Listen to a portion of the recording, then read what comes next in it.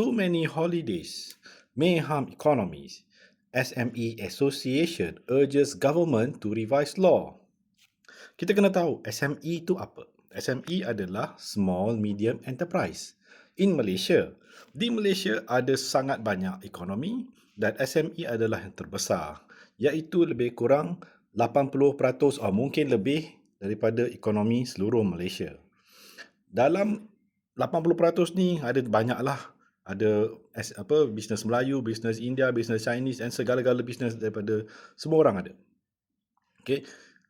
Lagi yang smaller percentage itu adalah big punya enterprise lah, which is corporates. Okay. So SME Association pula ada satu badan yang kononnya mengawal SME seluruh Malaysia. Kita kena tahu SME Association di Malaysia, okay, ini satu badan yang 95% adalah Chinese business, 5% adalah other race punya business. Okay? Dalam SME Association ada 30 orang council dan daripada 30 orang council, 1 India Muslim, 2 India dan 27 adalah Chinese. 0 Melayu. Okay? So dari sini kan nampak seperti SME Association tidak represents Malaysia punya business secara keseluruhan.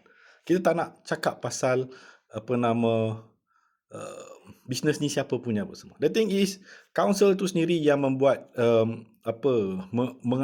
ajak government untuk revise law ni. Okay? Kita kena sedar bahawa this didn't represent Malaysia at all.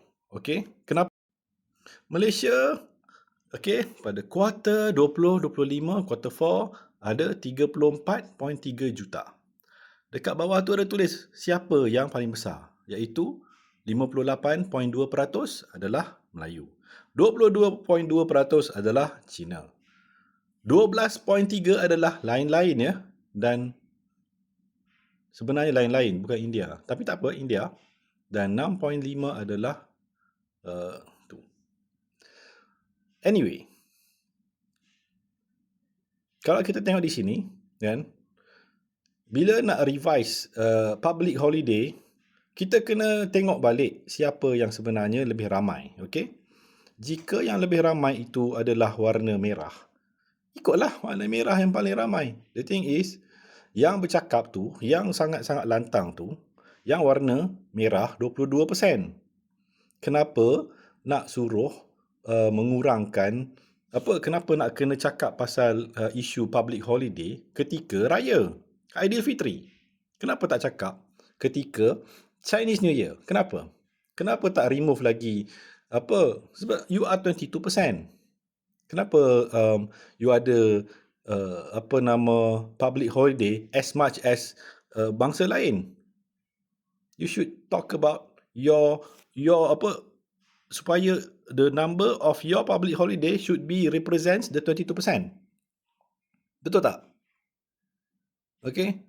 So if you think you are ada power nak cakap pasal ni, pasal undang-undang negara, make sure you are the majority of the country punya, you are majority lah dalam bangsa di Malaysia.